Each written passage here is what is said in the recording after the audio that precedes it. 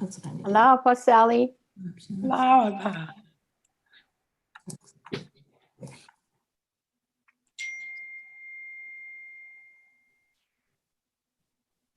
Friends, we're going to be getting started in just a couple minutes.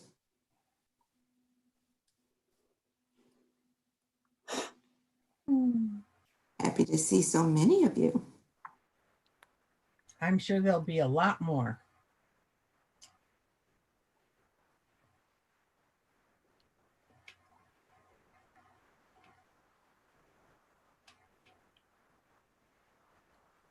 For any of you who wish to, please raise your hand on the site to participate. We need 9 volunteers for our devotional readings this morning.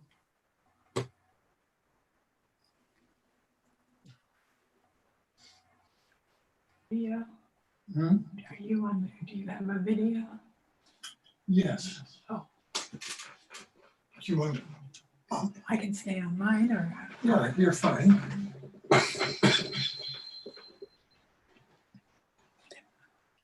I'll read.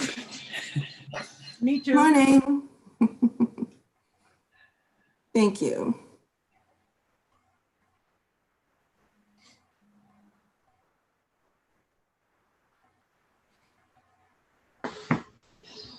If you could raise your hand electronically, then a list and we'll go in that order and we'll stop it after 9 people.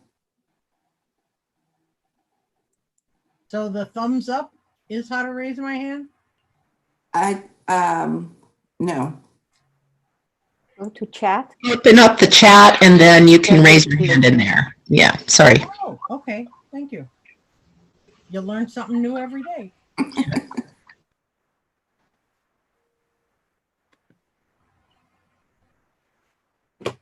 Okay, once we're on chat. At the bottom right, you should be able to see that. Mhm.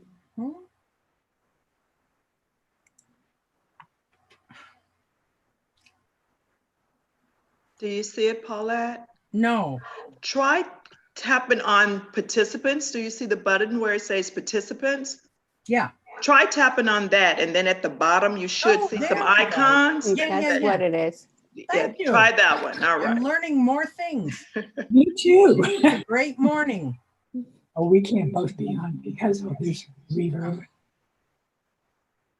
Well, we've got 3 volunteers so far.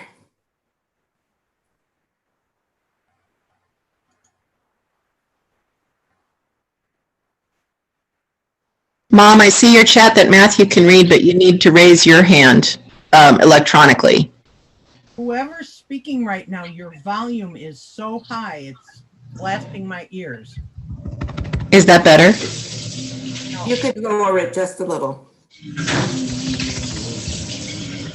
I've lowered it almost all the way on my computer. Is it still super loud? Or maybe you are really close to your computer. I know, I'll just stop talking. How about that? No, because we want you to read. I'll read peacefully. We'll see how it is. I'm sorry it's so loud. Is it still really loud? Yes, it is. Oh, man. Okay. It's okay, we'll get through it. We're looking for 5 more volunteers to read. And then we'll get started with the program. Come on, Brad Wright Hewlett, volunteer to read.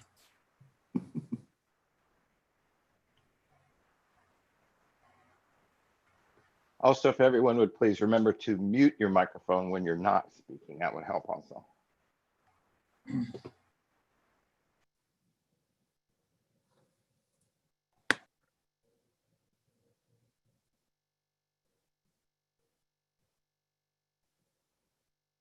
Well, good morning, friends. Welcome to the Baha'i Unity Center Sunday morning devotional programs. Allahu Akbar. God is most glorious.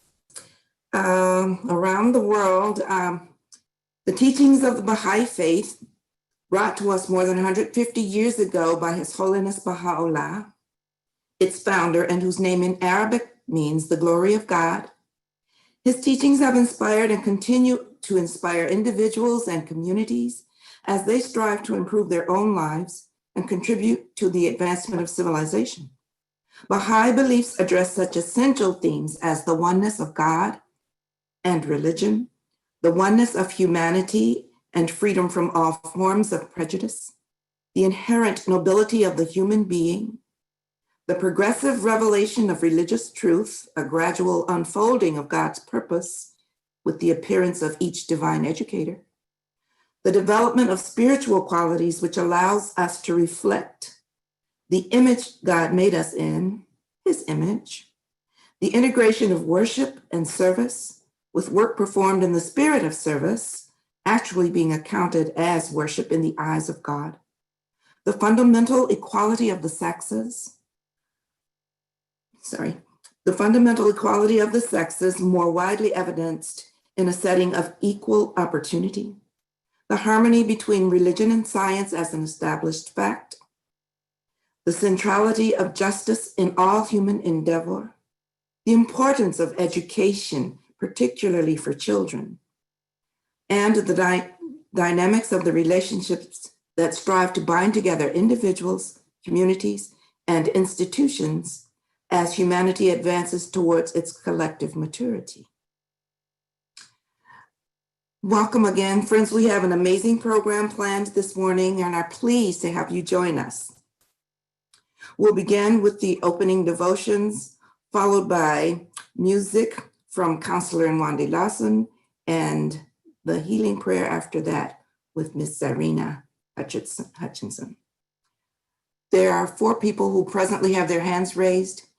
Once we cycle through those 4, we'll go through them again.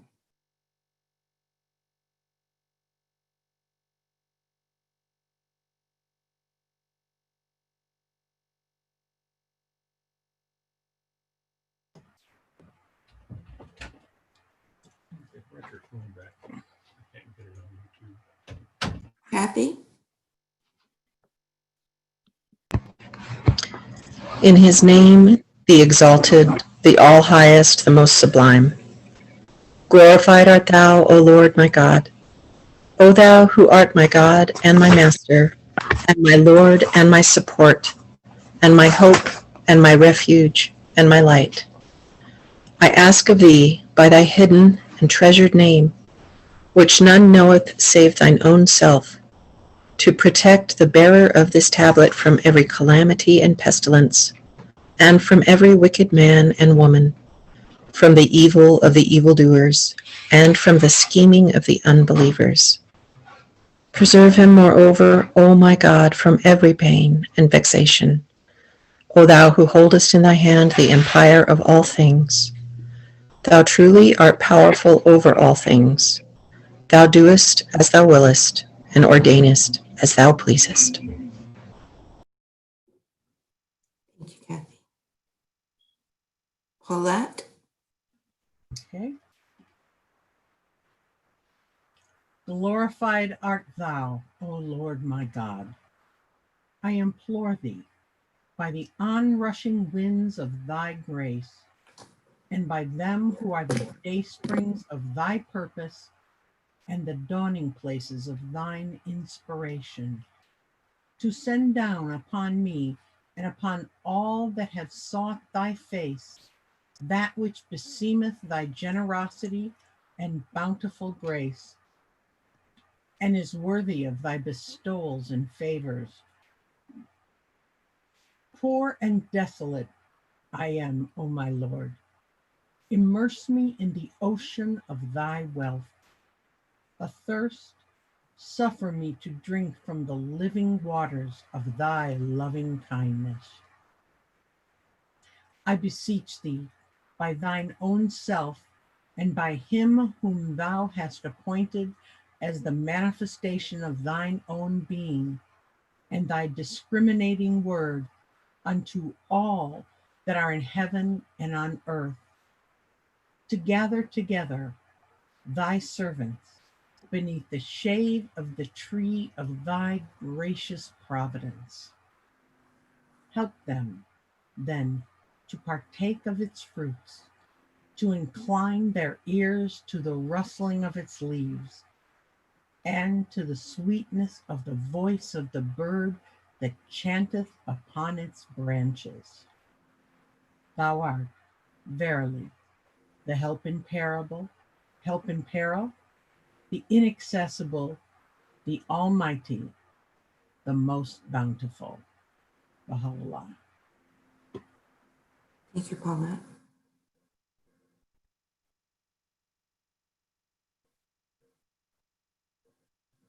Nushi. O thou compassionate Lord, thou who art generous and able, we are servants of thine, sheltered beneath thy providence. Cast thy glance of favor upon us. Give light to our ears, hearing to our ears, and understanding and love to our hearts. Render our souls joyous and happy through thy glad tidings, O Lord. Point out to us the pathway of thy kingdom and resuscitate all of us through the breath of the Holy Spirit. Bestow upon us life everlasting and confer upon us never-ending honor. Unify mankind and illumine the world of humanity. May we all follow thy pathway, long for thy good pleasure, and seek the mysteries of thy kingdom. O God, unite us and connect our hearts with thy indissoluble bond. Verily, thou art the giver, thou art the kind one, and thou art the Almighty. Thank you, Nushi. Dorothy, you're up next. Oh my God, oh my God. Verily these servants are turning to thee, supplicating thy kingdom of mercy. Verily, they are attracted by thy holiness and set aglow with the fire of thy love, seeking confirmation from thy wondrous kingdom and hoping for attainment in thy heavenly realm. Verily, they long for the descent of thy bestowal, desiring illumination from the sun of reality. O Lord, make them radiant lamps, merciful signs, fruitful trees, and shining stars.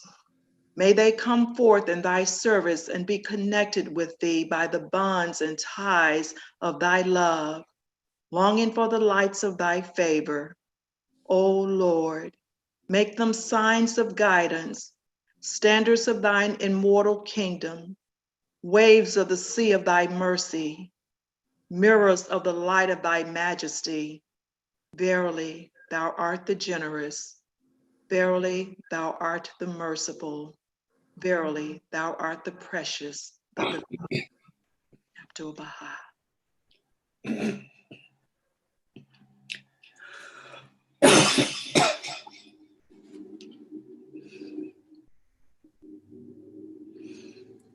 Sally, would you please read? O thou, O thou loving provider, these souls have hearkened to the summons of the kingdom and have gazed upon the glory of the Sun of Truth. They have risen upward to the refreshing skies of love. They are enamored of thy nature, and they worship thy beauty. Unto thee have they turned themselves, speaking together of thee, seeking out thy dwelling, and thirsting for the water brooks of thy heavenly realm. Thou art the giver, thou art the bestower, the ever-loving. Thank you, Sally.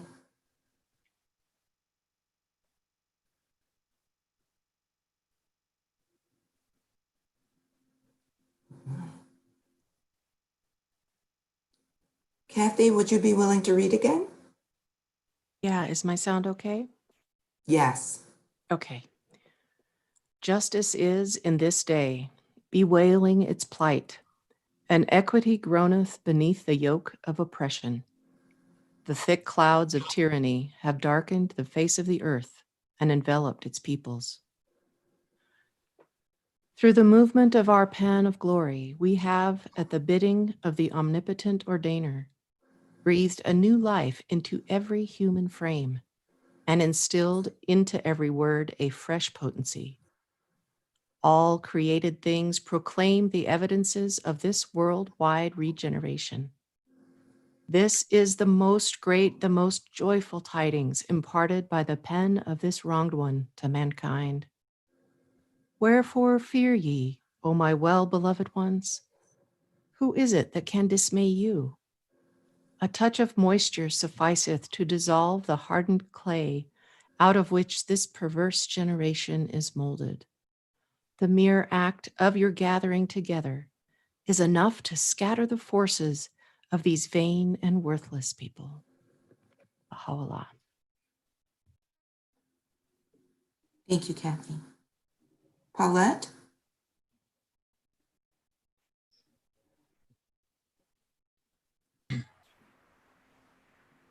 Baha'u'llah has proclaimed the oneness of the world of humanity. He has caused various nations and divergent creeds to unite. He has declared that difference of race and color is like the variegated beauty of flowers in a garden.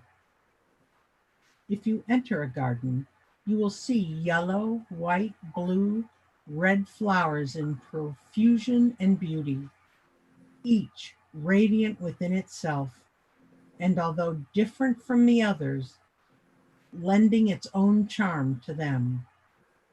Racial differences in the human kingdom is similar. If all the flowers in a garden were of the same color, the effect would be monotonous and weary to the eye. Therefore, Baha'u'llah hath said that the various races of humankind lend a composite harmony and beauty of color to the whole. Let all associate, therefore, in this great human garden, even as flowers grow and blend together side by side without discord or disagreement between them. Abdul Baha. Thank you, Paulette. Nushi?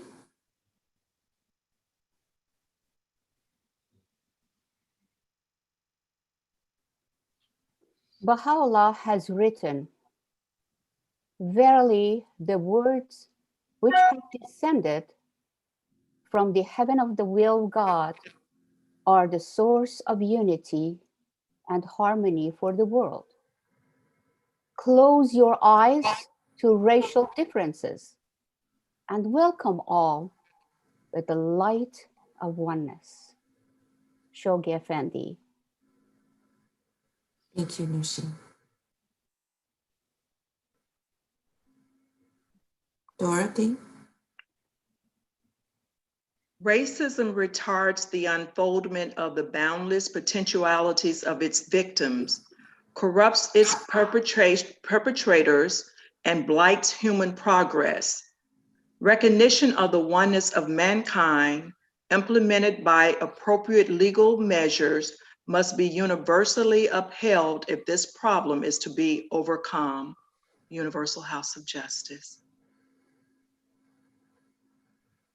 Thank you, Dorothy. And thank you, Chris, for those beautiful writings and the wonderful accompanying photographs.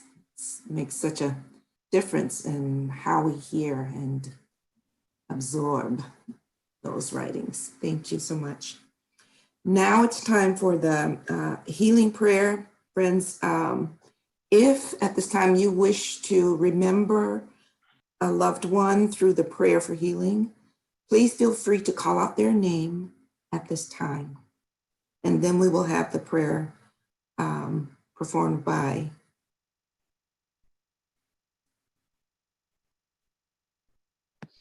Zarina Hutcherson. yes, that will be, I'm sorry.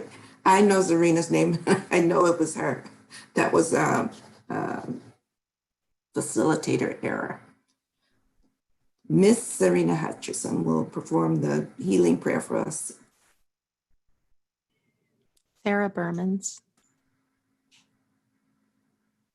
Masood Mahabadi, Bruce Reynolds,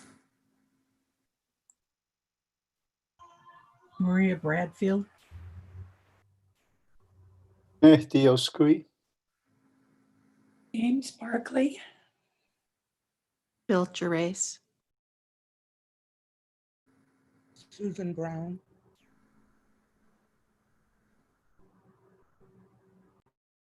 Rosemary Ryan,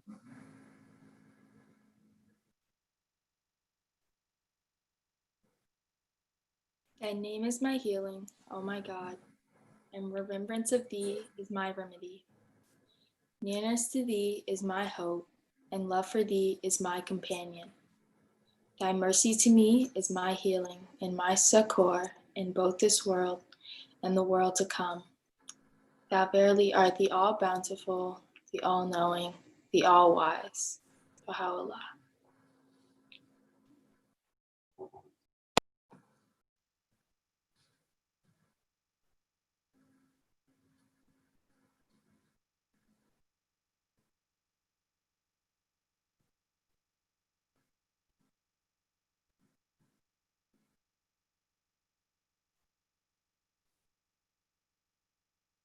are you ready to start in Wandi? Well, actually, Zarina is, but she's invited me to accompany her. So if this is the time for the musical selection, she is going to, yes, lead us in a hidden word set to music. Wonderful, wonderful. Thank you.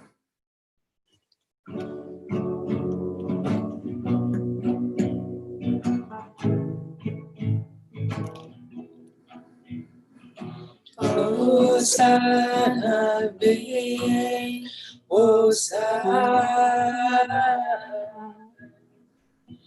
Hosanna be, Hosanna. My love is my stronghold, my stronghold. My love is my stronghold, my stronghold. He that entereth therein is saved. He that entereth therein is saved. And secure, and secure, and secure, and secure, and secure, and secure, and secure. He that turneth away shall surely stray and perish. And he that turneth away shall surely stray and perish. Hosanna be, Hosanna, Hosanna be, Hosanna.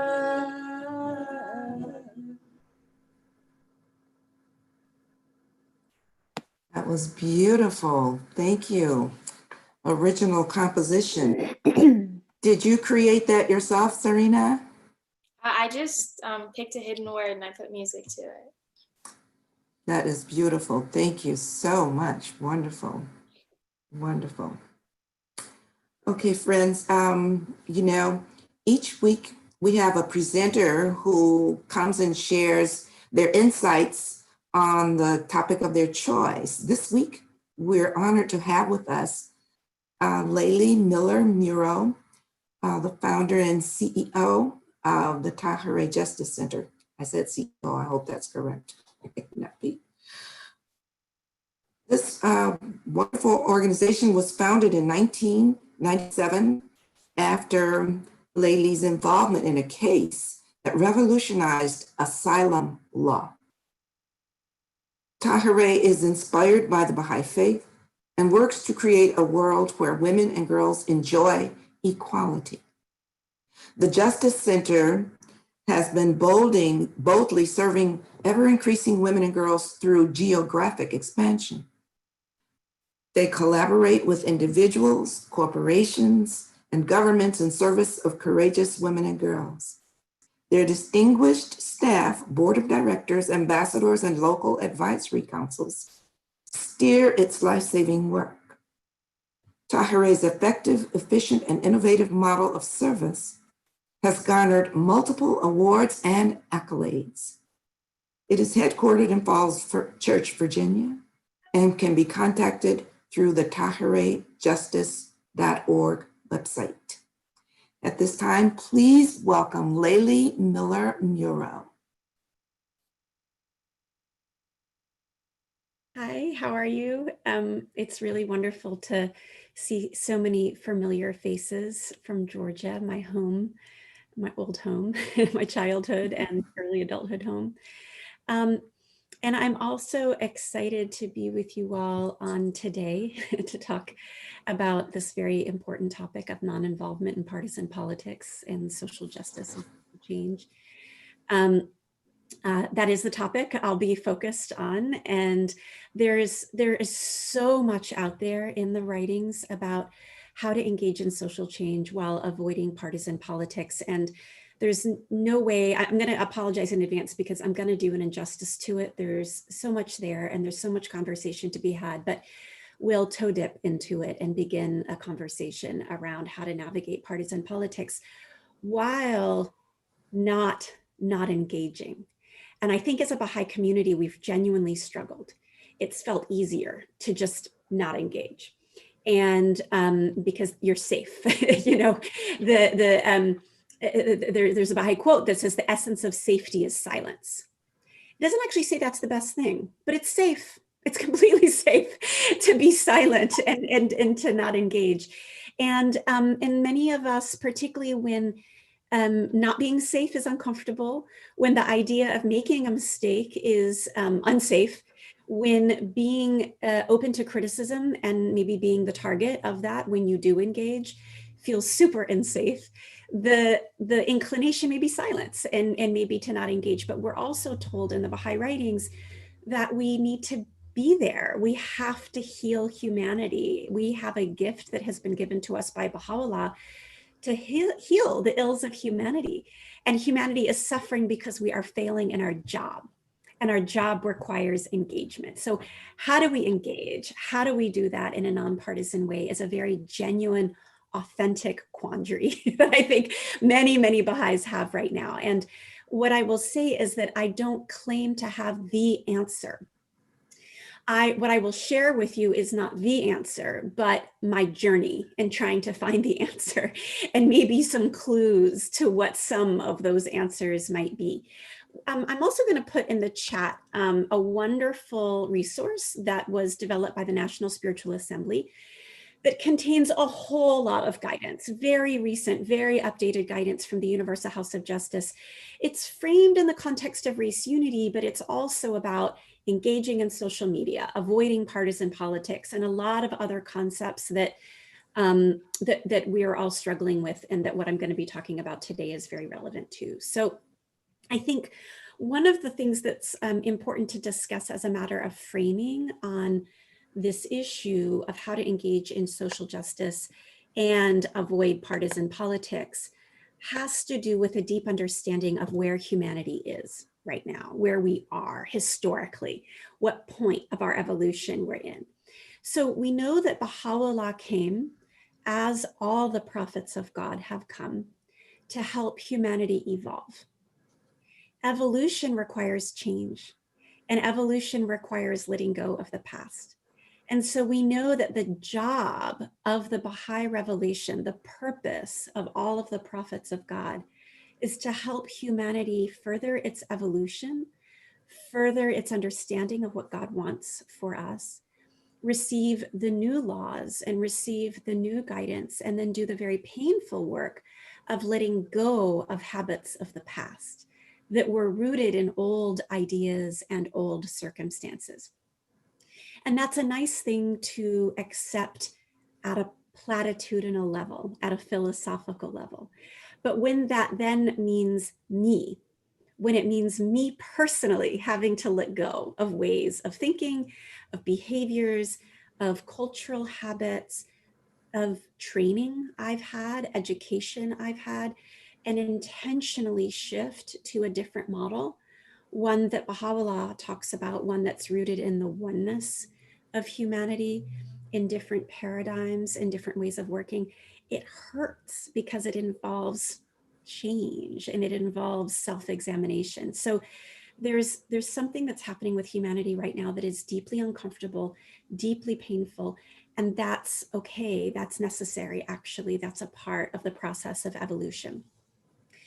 And it's dramatic. And those who are feeling intense passion, intense pain, and intense emotion are right.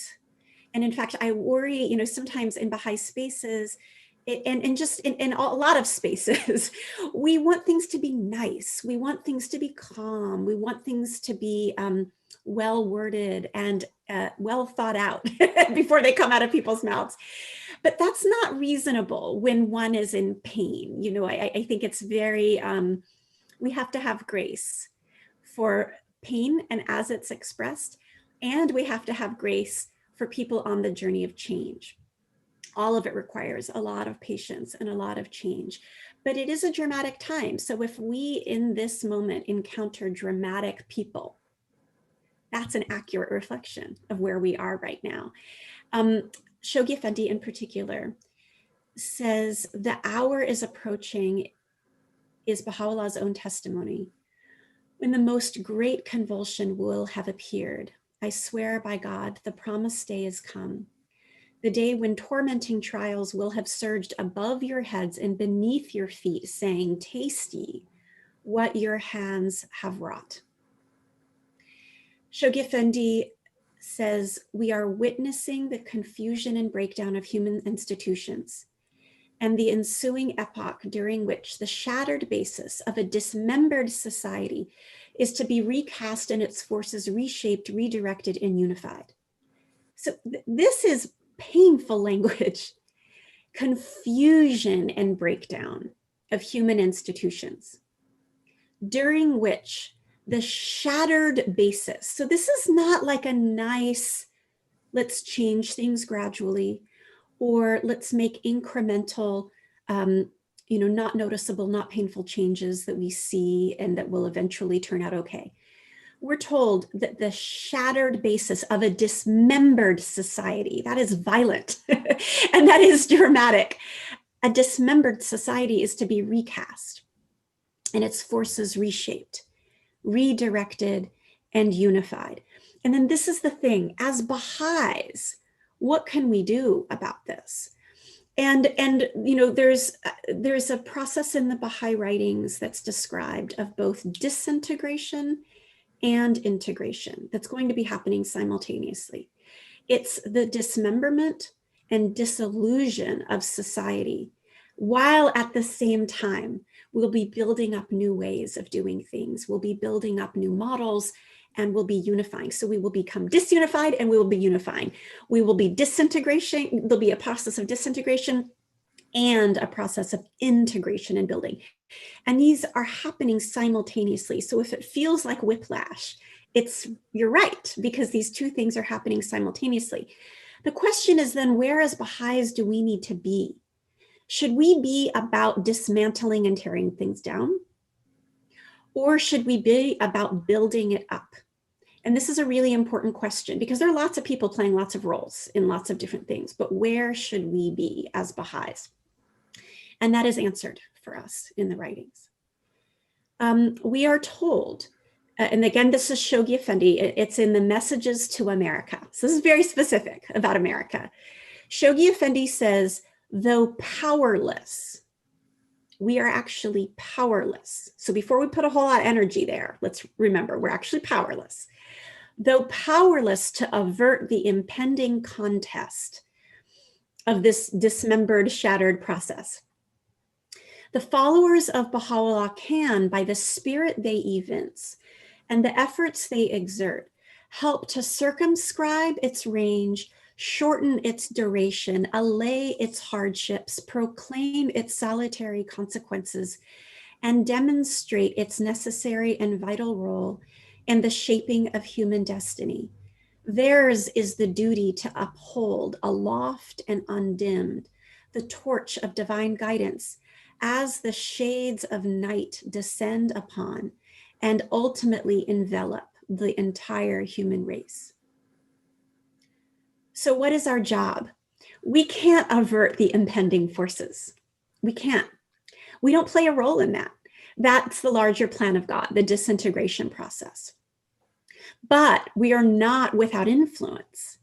And so we can, by the spirit we evince and the efforts we exert, help to circumscribe its range, right? We can actually affect the gravity. We can circumscribe the range. We can shorten the duration. We can allay the hardships and proclaim the salutary consequences and demonstrate its necessary and vital role in shaping human destiny. So as humanity is in pain, there's a lot that we can't do, but there is a lot that we can do. And what hits me about this quote is that the longer the duration, the greater the hardships, the broader the range of the suffering of the disintegration process. That's our fault. That's on us. That's our sphere of influence. If we're not doing our job, humanity will suffer longer and broader and deeper and more. And it is on us to teach the faith, to implement the principles of Baha'u'llah in order to help humanity. And we're in a very, very historic moment, like now. And today, literally, and the times that we've been in July 22nd of this year, 2020, the House of Justice wrote us, in America in particular.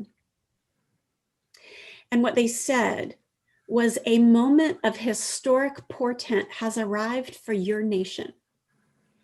As the conscience of its citizenry has stirred, creating possibilities for a marked social change.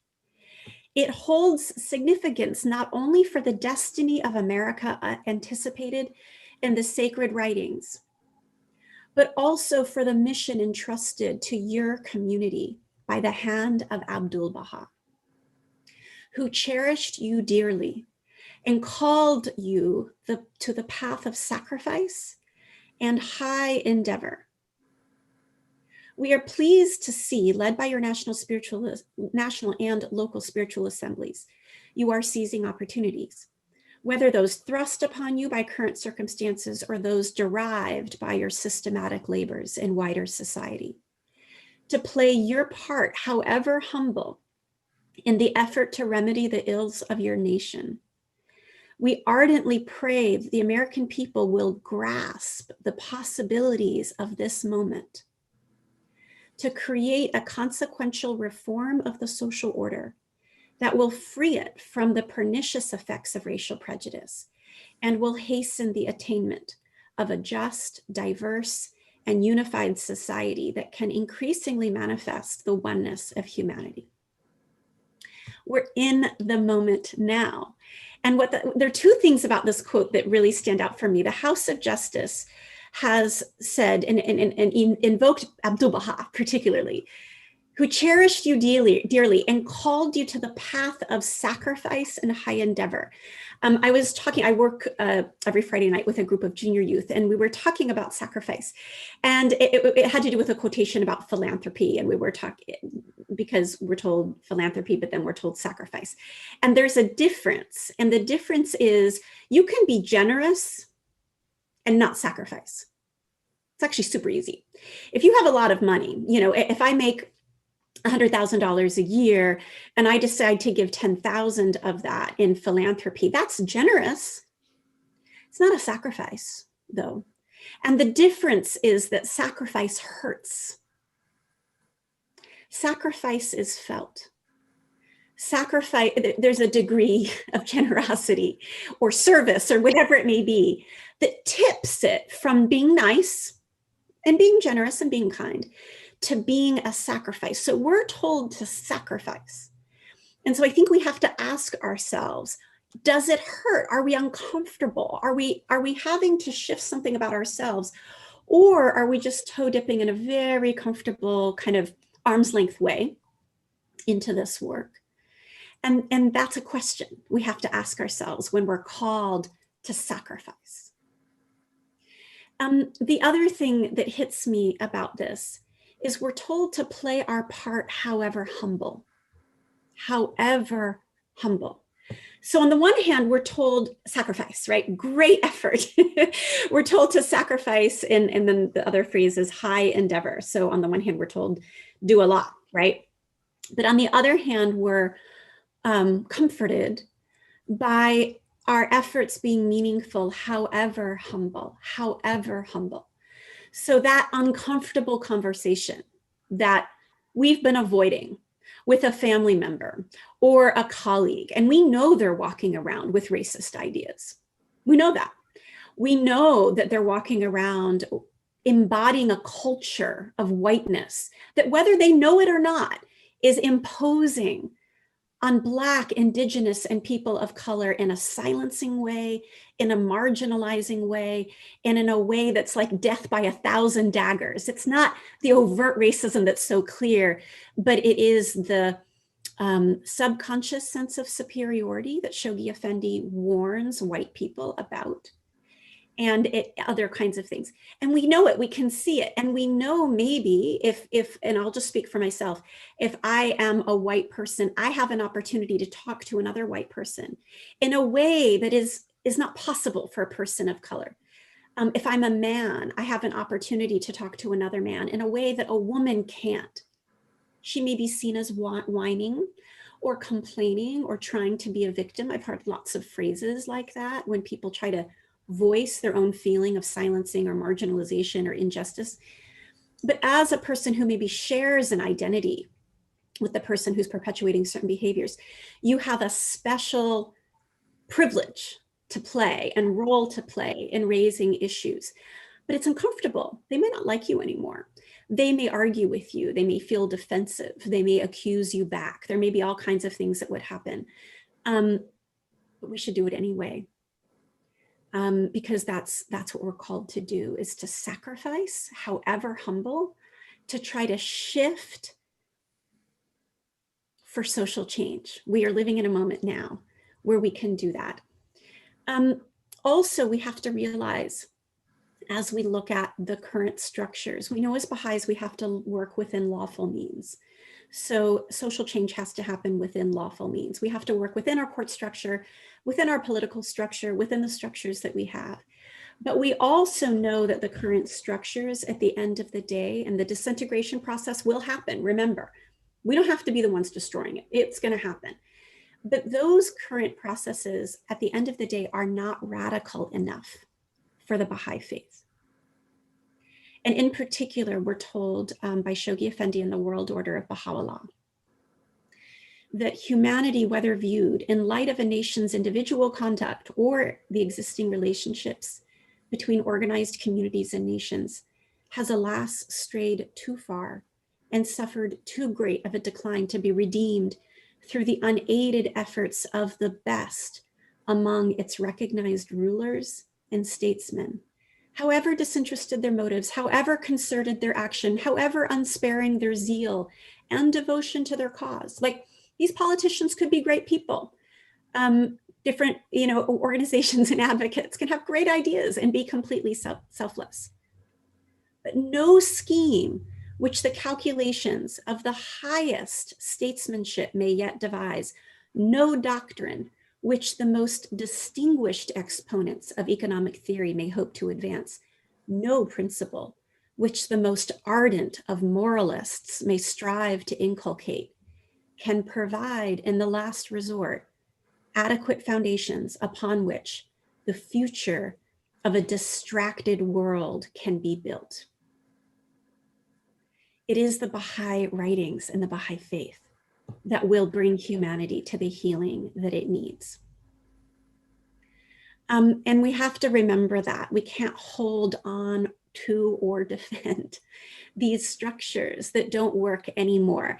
March 2017, the House of Justice said, there is no justification for continuing to perpetuate structures, rules, and systems that manifestly fail to serve the interest of all people. And this is the litmus test for the Baha'is. It's not enough to serve a certain group and hope that their benefit will trickle down to the rest. It doesn't work. It has to serve all of humanity at the same time.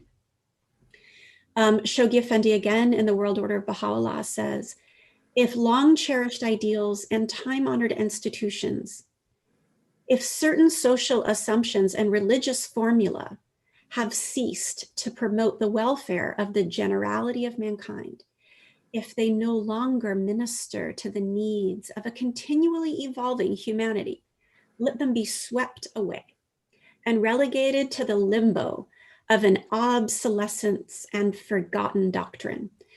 Why should these in a world subject to the immutable law of change and decay, we know we're evolving constantly, be exempt from the deterioration that must needs overtake every human institution?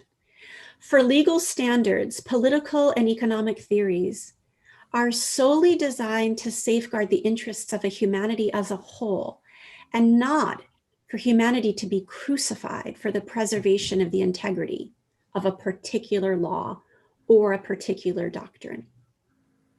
So there is, and this is where it can get political. The Baha'i faith does believe in progress and evolution. It does not believe in the defense of legal doctrines from hundreds of years ago that continue to be imposed.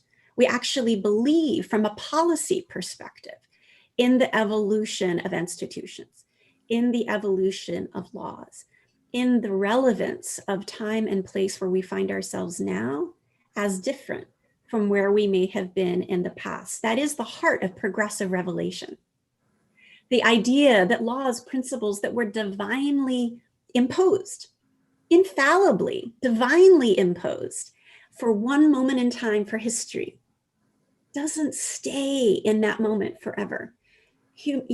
Progressive revelation requires evolution, it requires progress, and it requires new laws and new principles that are consistent, not inconsistent with the past spiritual principles, but are maybe different than laws in the past that need to be applied to humanity in the future.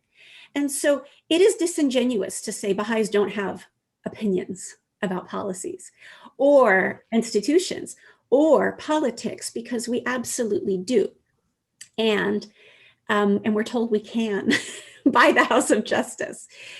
So the Universal House of Justice 2001 said the issue of social justice is central to the Baha'i revelation. Central to the Baha'i revelation. We're not separate or aloof from it.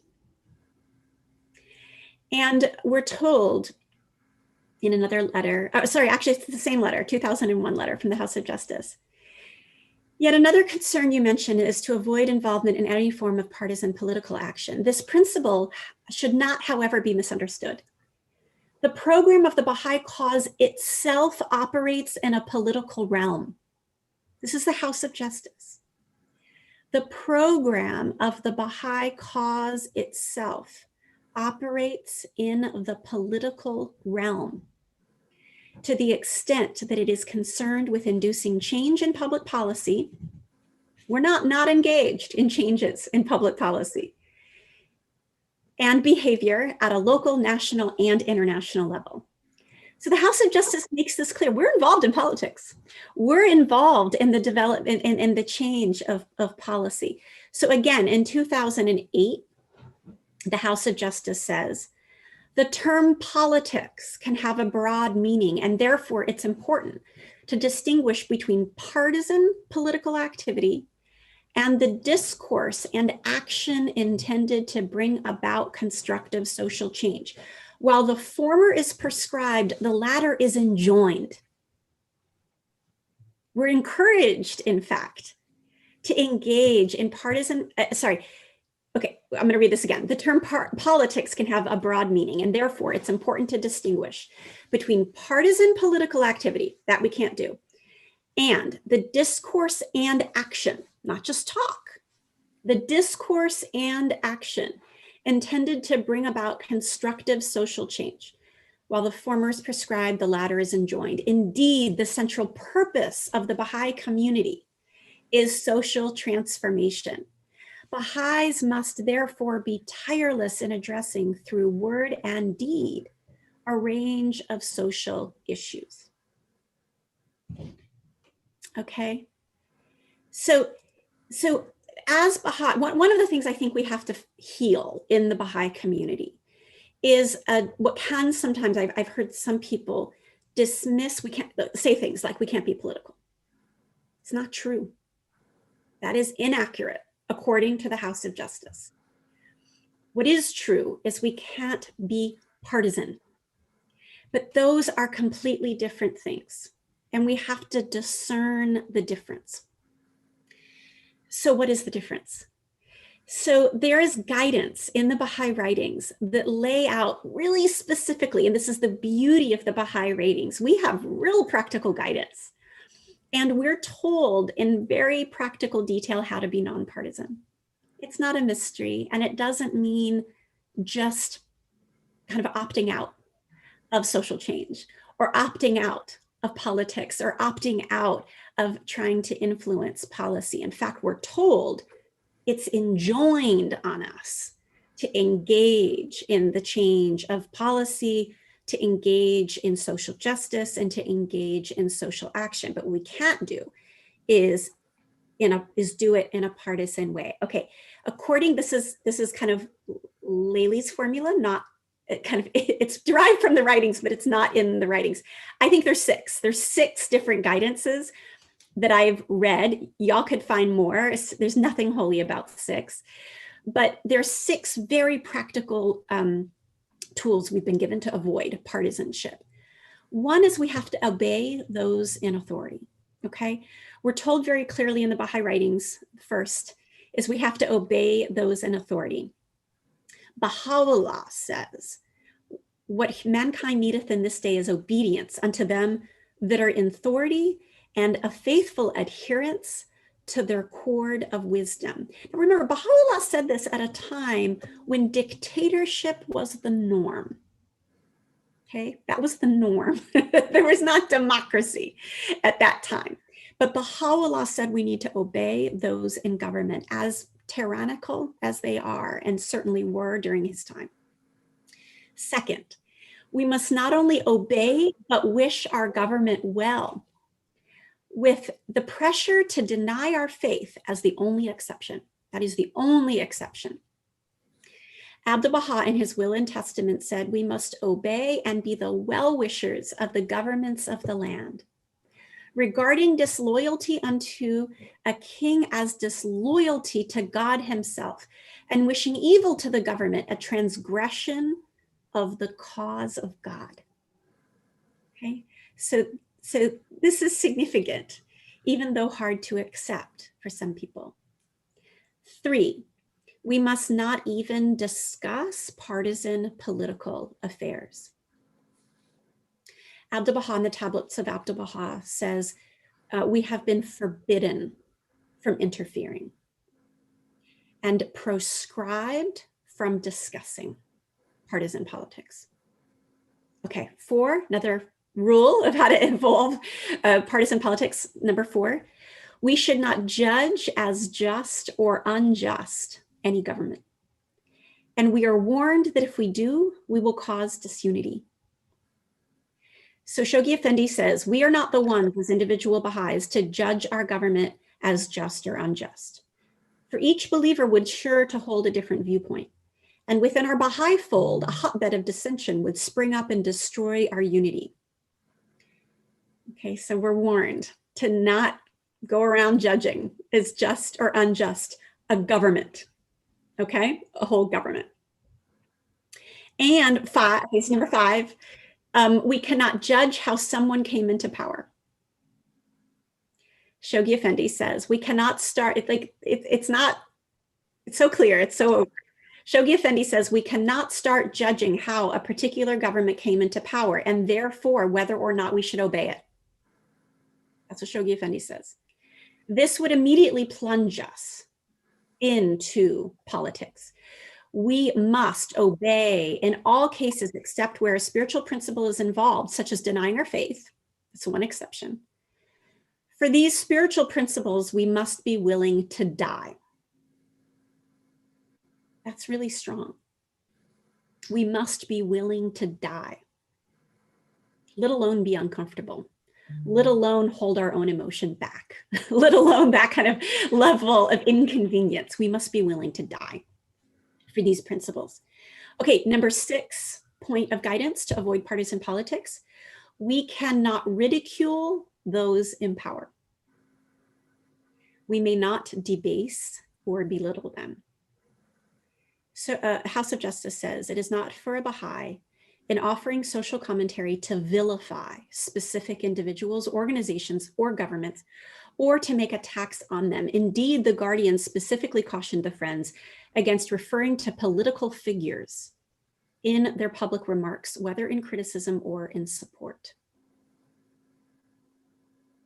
And then we're told, and if that's hard to swallow, there's a principle here that's really important to remember at the end of the day, which is that we are all created noble. We are all children of God, and we are all on a journey to progress. I remember talking to somebody who was upset that in recent years, I was meeting with an individual in the White House that they believe to be kind of the incarnation of evil. But it's my job to try as best as we can to defend women who are facing violence, immigrant and refugees who are facing harm and need protection. It's not about my personal comfort or even my reputation or kind of alliance brand or anything like that. It's about actually trying to help them.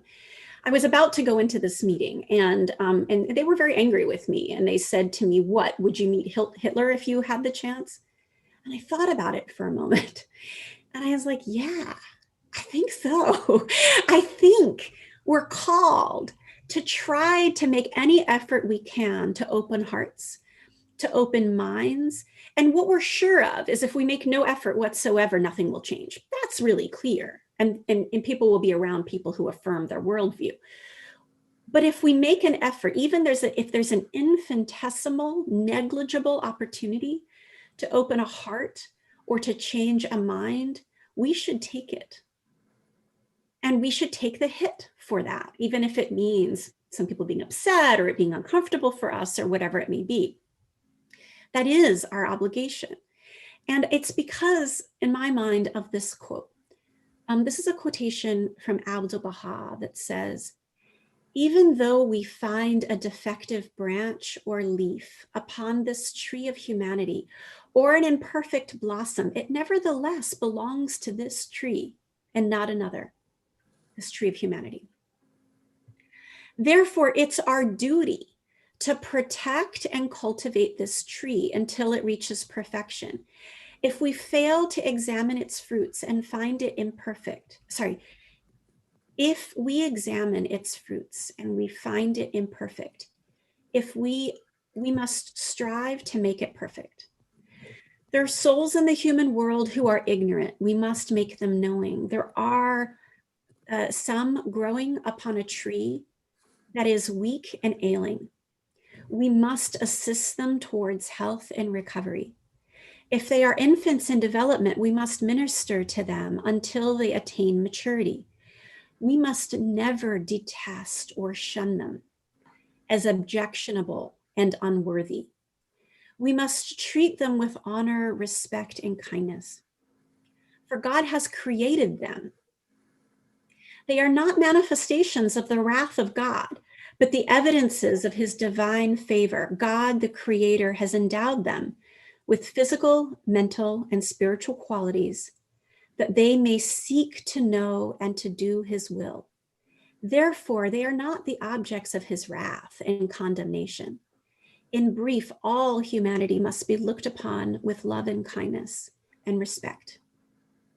For what we behold in them are none other than the signs of God and the traces of God himself. All are evidences of God.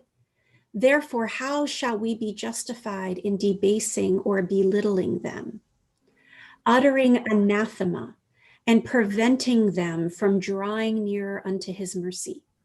This is ignorance and injustice, displeasing to God, for in his sight, all are his servants. So even if we're mad at people, even if we think they're off, even if we think they're evil, it's our duty to engage. It's our duty to love unconditionally.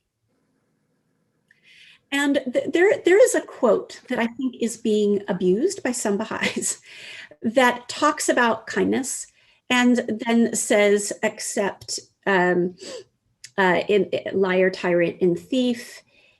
What I want to say about that quote, I have a lot of opinions about that quote, but one thing I want to say is that those are legal designations: liar, tyrant, thief. Okay, so the first thing that says to me in that quote is that's a really high bar. That's not about someone who's lied to you once. You don't call your child who lies occasionally a liar, right? That kind of branding is a very high bar branding. You don't call someone a thief without a lot of evidence. And again, a very high bar. Similarly, a tyrant, that was stated in the time of Abdu'l-Baha, where tyrants ran most countries. Very high bar of what that would be called. Not someone who dominates a meeting, not someone who bullies, not someone who offends you. There is a super high bar that those phrases refer to. Then there's an entire chapter in Some Answered Questions called the treatment, it's called the chapter on the treatment of criminals. And there's an entire chapter that defines in great detail what the exception to kindness is. It's not belittling.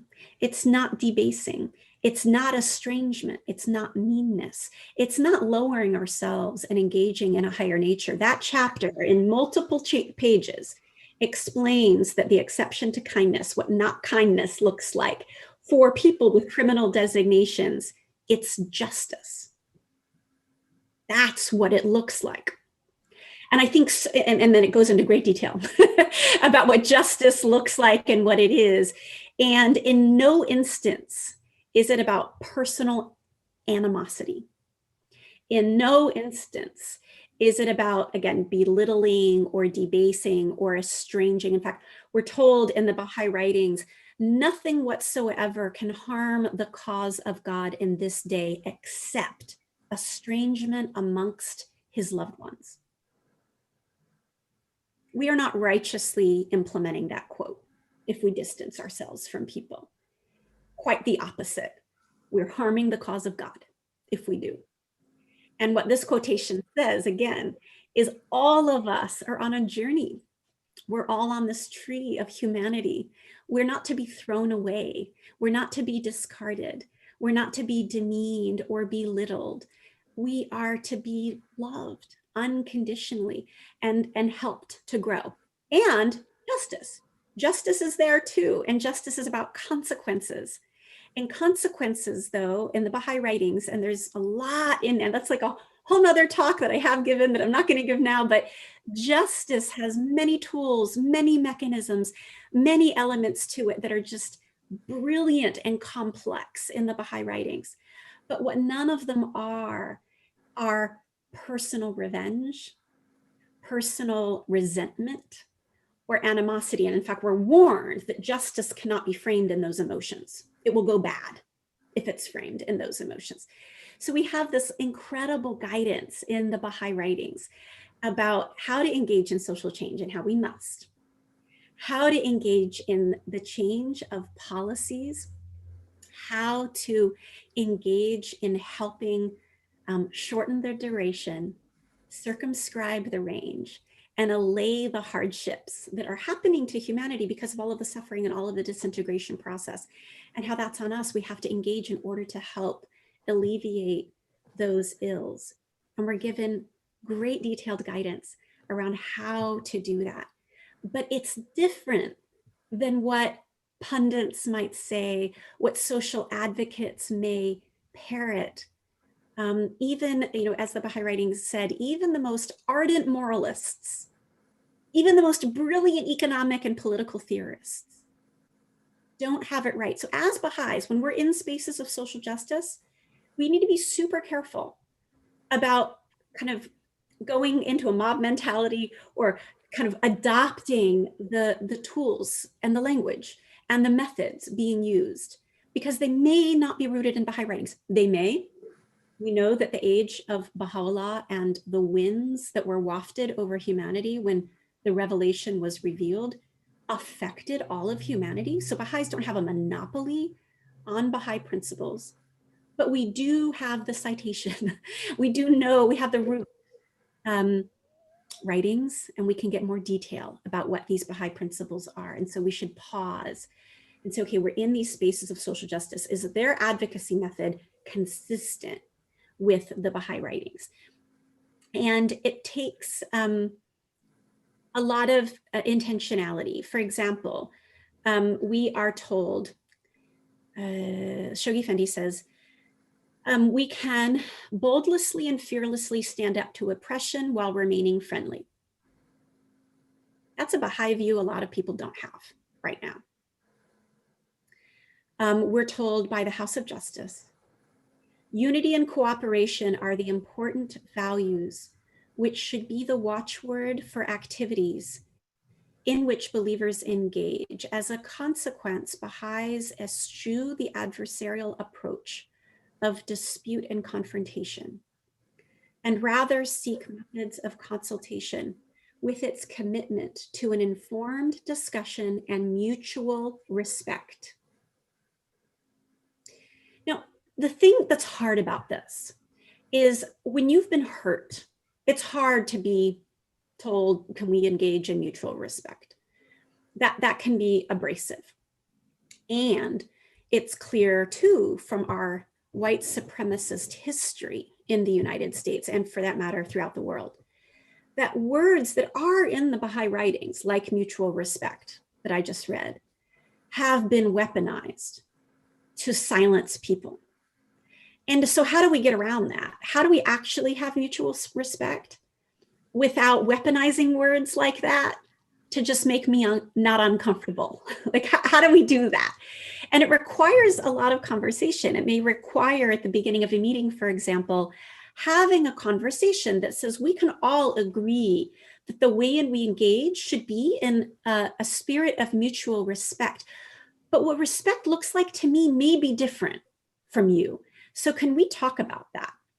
For example, if I raise my voice, if I start crying, if I have emotion or passion, I don't intend to disrespect you. Will that feel like disrespect to you? And openly talk about that.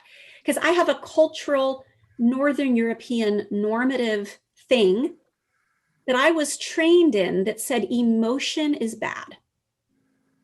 And so I'm going to bring to a conversation a definition of respect that may end up shutting people down. So I think we have to just have an open conversation, particularly at the beginning of meetings. Some people call them community agreements, but it's a conversation that we can have up front that says, what does respect look like to you?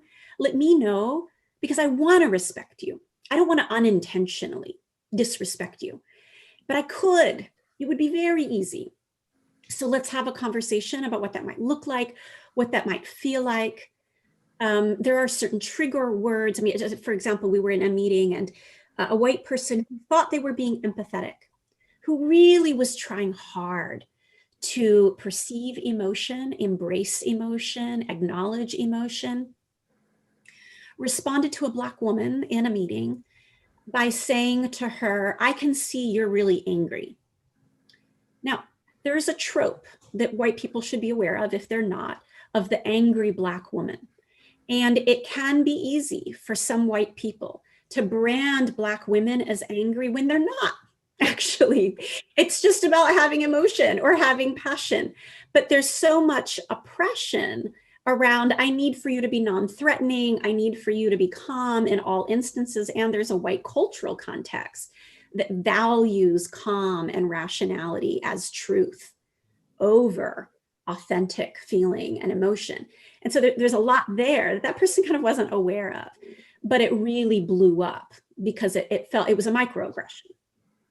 But we had to have a conversation. They were completely unaware of that. Now they are, but there's a conversation that has to happen in Baha'i spaces to really unpack what's it going to feel like for you to be respected? What will it feel like for me to be respected? What should I be careful about reacting to? What should I be careful about saying so that I don't evoke a feeling of disrespect without intending it? Another example is being interrupted. In my culture, and I have a few cultures for me personally, but now I'm going to evoke my Jewish culture and very specifically Brooklyn, New York Jew culture. So I have that in my ethnicity and I have that in my family culture. And in that culture, debate is sport and interruption is a tool of debate. And interruption is not offensive in my cultural context. It actually kind of means you're engaged and you're passionate. It's totally okay. We're going to interrupt each other. It's going to be loud. And this is a cultural norm for me. And then added to that, I was trained as a lawyer, which is awful because then there's like a verbal combat that I was trained in both culturally and professionally. Being interrupted is super disrespectful in most cultures.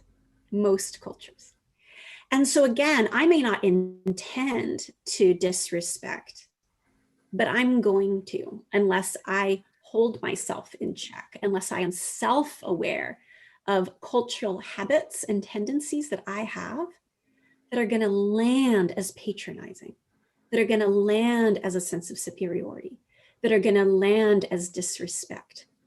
And I can say, oh, I didn't mean it. I didn't intend it. All I want. But it doesn't matter. I mean, it matters on some level. We can have forgiveness, but its impact can be marginalizing and can be silencing. And so I feel like these are some of the conversations that we have to have. We can read quotes to each other, like we need to be mutually respectful, but then we need to talk about what that looks like and what that means, because it's not intuitive. It may not be obvious to all of us. And we may be perpetuating dominant culture in ways we don't even know unless we have those conversations. So I was told to speak until quarter after and then allow for questions. So I am looking at the time and I'm going to do that. In the last quote I will read just in closing, and then we can open up for questions, is, okay, there are two quotes I want to read. One of them is just some comfort, I think, around how hard this might get and how it will be okay in the end. We are told, okay, so this is a letter from the House of Justice, 2001. In responding to the challenges, whether immediate or long-term, that the Baha'i principle of social justice entails, it is vital that none of us lose sight, even momentarily, of the goal toward which all our efforts are bent. Know thou of a truth Baha'u'llah declares, these great oppressions that have befallen the world are preparing it for the advent of the most great justice. However great the demands of the work in which we are engaged, and however stressful it will undoubtedly become, we can be confident that the forces released in this age of transition, this greatest crisis in the history of the human race, ultimately reinforce the efforts we make, swell the ranks of the community we are building, and empower the cause we serve to achieve every objective its founder has decreed for it. So it's going to be okay in the end. Doesn't feel like it now. Maybe feels a little bit more like it now than it has before, but there's a long road, and we will make progress, and then we'll go backwards, and we'll make more progress, and we'll step back. And this is the messy process of progress. And at the end of the day, in the July 22nd, 2020 letter from the House of Justice, we're told, ultimately, the power to transform the world is affected by love. And so we got to go out and love a lot in order to create true transformation for humanity. So thank you for joining this morning. And if people have any questions, I'm happy to. Thank you, Laylee. We have, for that amazing talk, we've all gained some clear enlightenment as to what we can do within the certain obvious ongoing dismemberment, disillusionment, disintegration of society. And by working to fulfill our own role of pursuing social justice to build up society, integrate and heal through sacrificial effort and humility. Thank you so much for those insights. Friends, we do have a little time for some questions and answers. If you have a question, kindly raise your hand electronically. Go to the participants list, and at the bottom there, you should be able to see an icon with a hand. You can click it to raise your own hand. That way we go in order.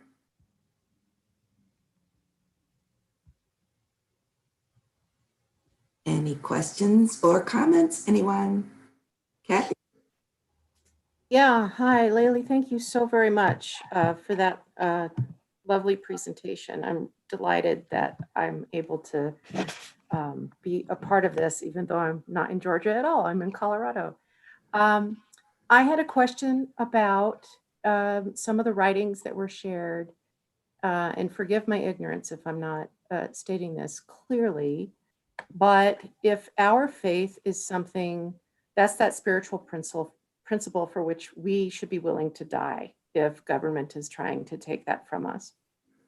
What about racial justice, which is a spiritual principle, which is a oneness of humankind? If our government is trying to quash that or stand in the way of it, how then can we be respectful and well-wishing of our governments when that spiritual principle feels like it needs defending, if that makes sense?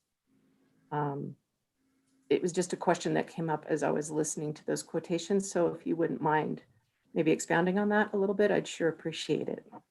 So, you know, one of the things that the Baha'i faith requires, and I am in my personal journey on this, it requires acceptance of complexity. The Baha'i principles are yes and. It's not black, white, all, nothing. It's not that I can't stand up against racism and I have to be disrespectful to do that. It's not that I have to die or be willing to die. I mean, I think that these are extreme. We go to extremes with these. The Baha'i writings are clear. We're told we can stand up to oppression and remain friendly. We're told we can do that. There are ways to do that. So there are, it's not incongruous at all. And we're told to sacrifice. I mean, this letter, the July 22nd, 2020 letter, which we should read again and again and again and again. I mean, that it has such depth. And then the writings that are in the relation or the resource that I put in the chat also have a lot of guidance.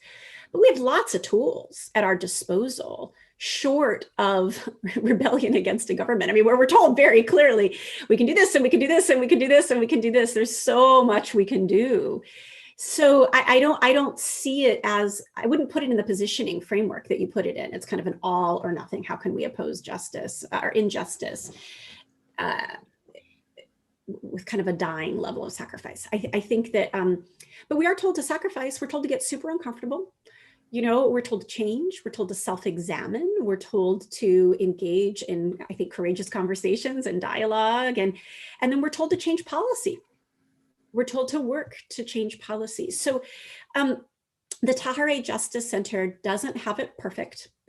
You know, I would never claim perfection on this, and we've made mistakes and we've kind of come back from that. And then we've been too careful at times, and then we've been too bold at times. I think we've done both at different times. However, what we have decided in a way to walk this line, I mean, clearly within legal means, we're told, right, to challenge. So we bring lots of lawsuits. We utilize the court system in order to challenge injustice and systemic racism and interpersonal racism. There are legal processes available to us to do that.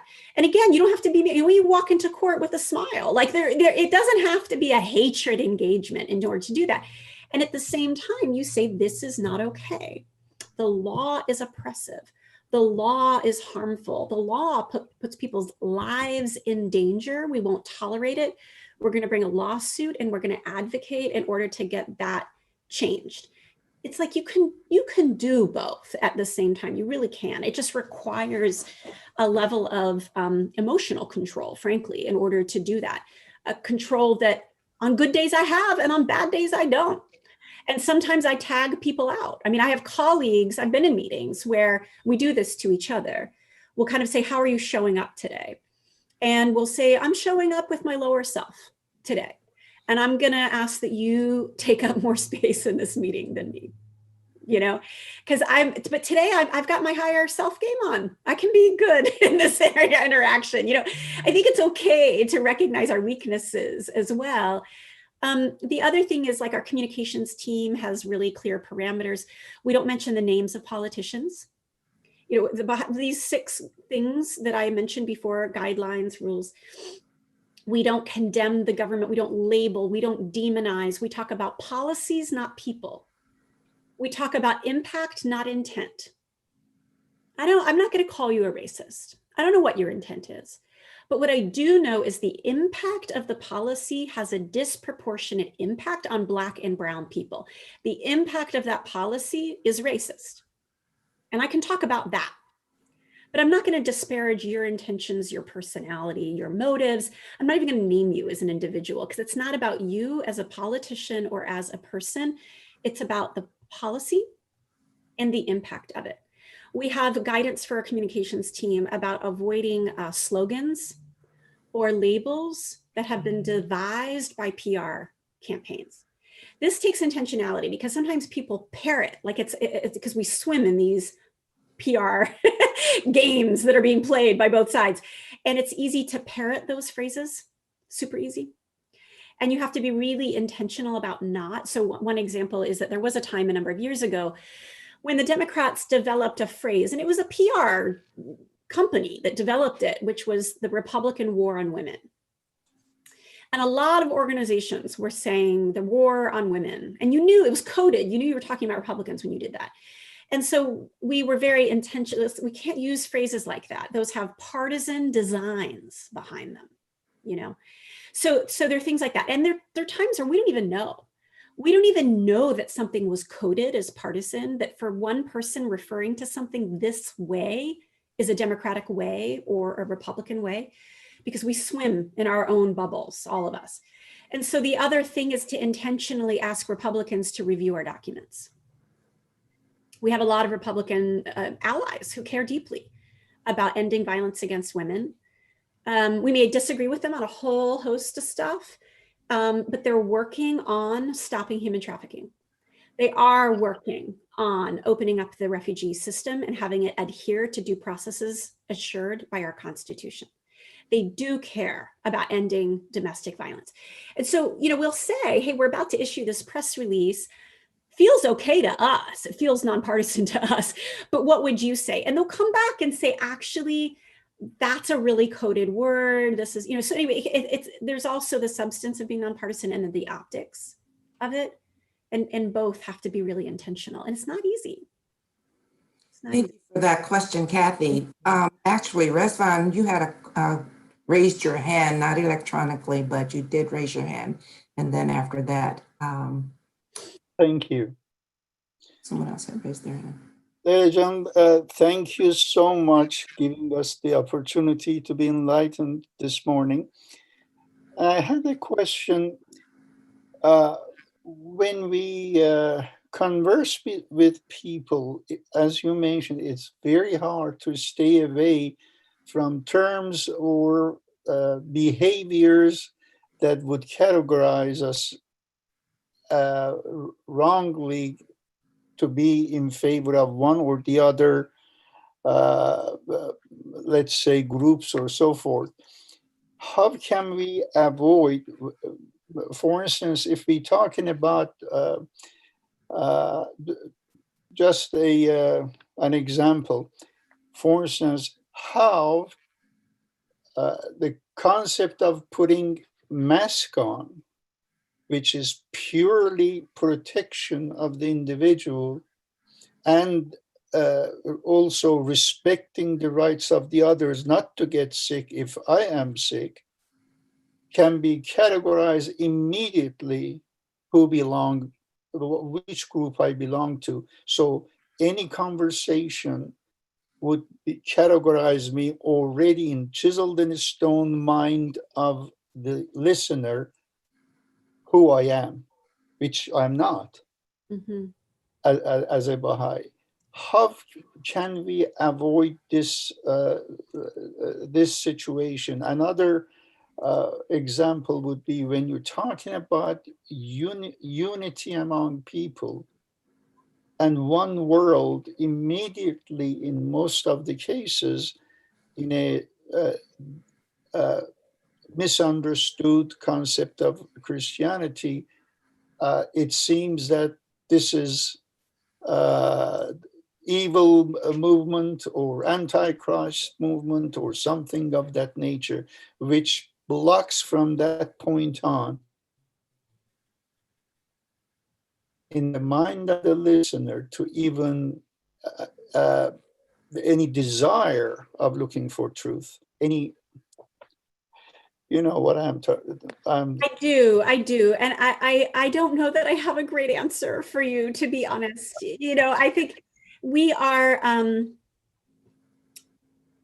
this, I think this is one of the biggest tragedies of our time, is that things have become partisan that shouldn't be. And it wasn't like this always, you know, at least in the sphere in which I work. Ending violence against women was not partisan before. The Violence Against Women Act was passed by a bipartisan Congress, and it was supported by both sides. Refugees was considered a humanitarian cause that the most conservative Christians were behind, the most liberal human rights advocates were behind. It wasn't partisan, and it is now. I don't know the right answer to that, but I think that at the end of the day, all we can do is our best. All we can do is try. But I do feel strongly, and this is, you know, just a very subjective view, I do feel strongly that we can't let the mischaracterization of others deter us from the arena in which we have to fight. So, you know, the fact that some people may now view following due process rights at our border when processing refugee claims as partisan, that's not my fault. I'm sorry. They view that as partisan because it's not. And you know, if they're willing to engage in the conversation, I hope that we can have a conversation that helps us see that it's not partisan. Masks is a really great example because it is a health issue. It has to do with biology and contagion and the way viruses spread. That's about science. That's not about partisanship. But that now has become partisan, but I can't control that. But it doesn't mean I should shrink away from engaging in an issue that non-engagement in kills people.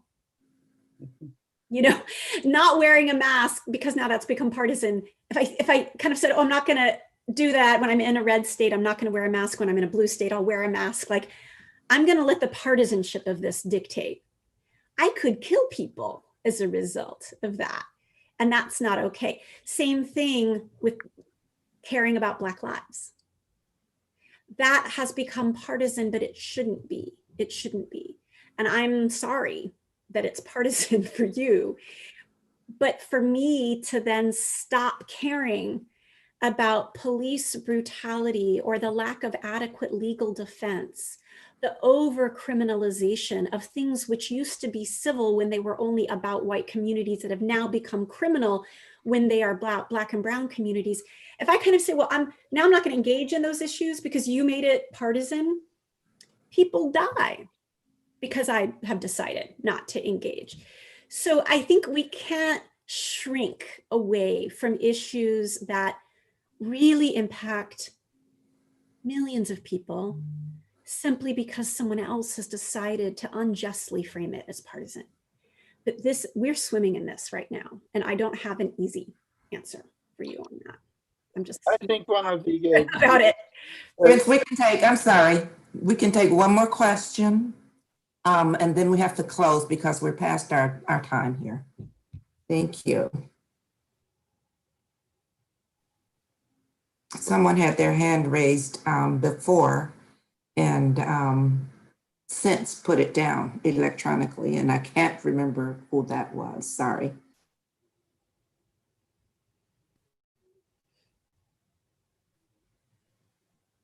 Nushi. Thank you so much, Lady Jan.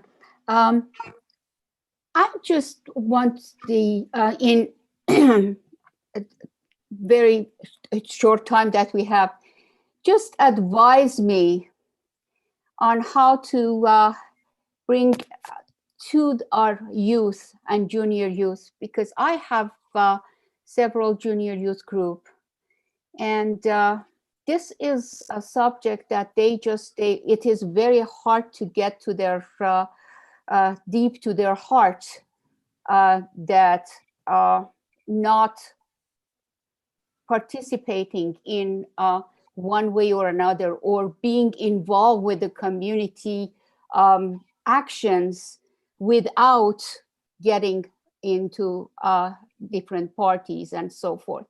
What would be the best approach to them, especially if they do not have that base in their families, that, you know, just looking at the writings and just looking at the words of Baha'u'llah that is, you know, that you shared with us, and it just beautifully advising us what to do, especially with those. What is the best way to bring about to them? That's what we have to just tell them. I've just put in the chat a link, a registration link to a discussion that's happening tonight for Baha'i youth and non-Baha'i youth, people who are interested in the Baha'i perspective on partisan politics. There's a monthly discussion is happening. It was led by myself, Masood Olafani, and Parisa Fitzhenley. It was a monthly, well, it began weekly, and then it became a monthly discussion for youth on racism. The youth have now taken it over. So we have transferred the organizing of this and the leadership of it to youth. There's now a task force of youth. They plan it monthly, and they have planned for tonight a discussion, a dialogue, and deepening on Baha'i nonpartisanship. I will be talking, there'll be a number of other people talking, and maybe you can share that with your folks. I will be, I didn't actually put it, I'll put it on my Facebook page now in addition, but that might be a space. I think, you know, if you're with youth, deepening on that July 22nd, 2020 letter is a really good opportunity to have these conversations. So youth, youth are rightfully action oriented, and so is the faith. And so I think that it's simply about deepening, not being afraid of the conversations, really engaging in the conversations and helping lift up Baha'i perspectives on how to do it. You. Hey, friends, thank you for those great questions and responses. We have to move forward now. We have, it's time for, let me see where we are. Okay.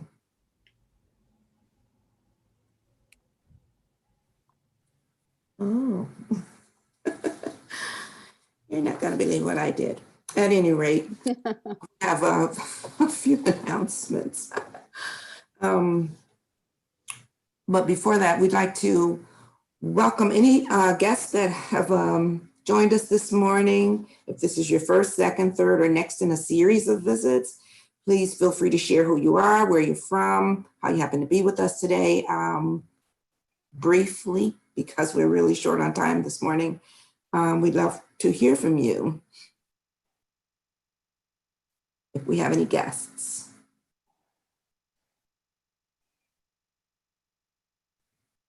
And if not, we'll go on with our announcements. Barbara, are you there?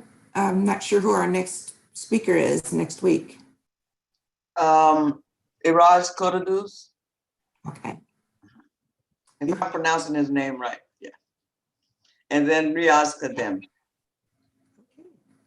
Wonderful. So be sure to stop in for another outstanding presentation next week, and you can watch for details on that sometime later this week. Please remember the food distribution program from 10 till 1 p.m., 10 a.m. to 1 p.m. every Thursday at the Baha'i Unity Center in the parking lot, and spread the word to help combat food insecurity within the community. And also for members of the Baha'i Faith, you're warmly encouraged to make a financial contribution to the South DeKalb Baha'i Fund and the National Baha'i Fund through the online contribution system. After login, just select the My Locality tab, then click Intercommunity Contribution, and you can select that locality or any other recipient under the list of recipient options. And you can just go to ocs.baha'i.us. Are there any other announcements before we close? Coming on? Yes.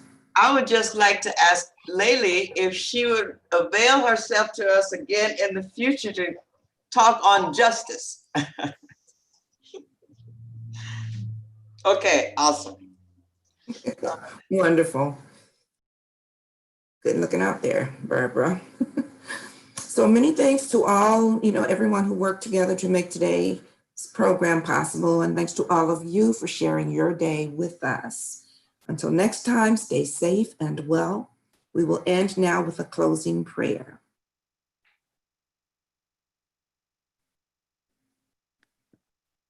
And Matthew, if you're still here, would you please read it?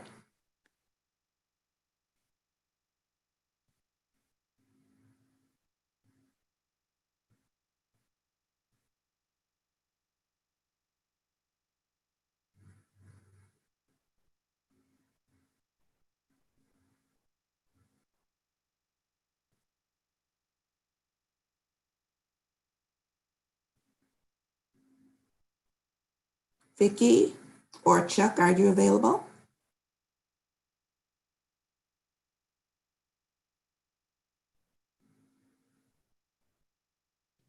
Sorry about that. Yes. Okay, thank you. I beseech thee, O my God, by all the transcendent glory of thy name, to clothe thy loved ones in the robe of justice, and to illumine their beings with the light of trustworthiness. Thou art the one that hath power to do as he pleaseth, and who holdeth within his grasp the reins of all things, visible and invisible. Baha'u'llah. Thank you, Vicki. Well, friends, hopefully we'll see you next week. for another wonderful session with our Baha'i community.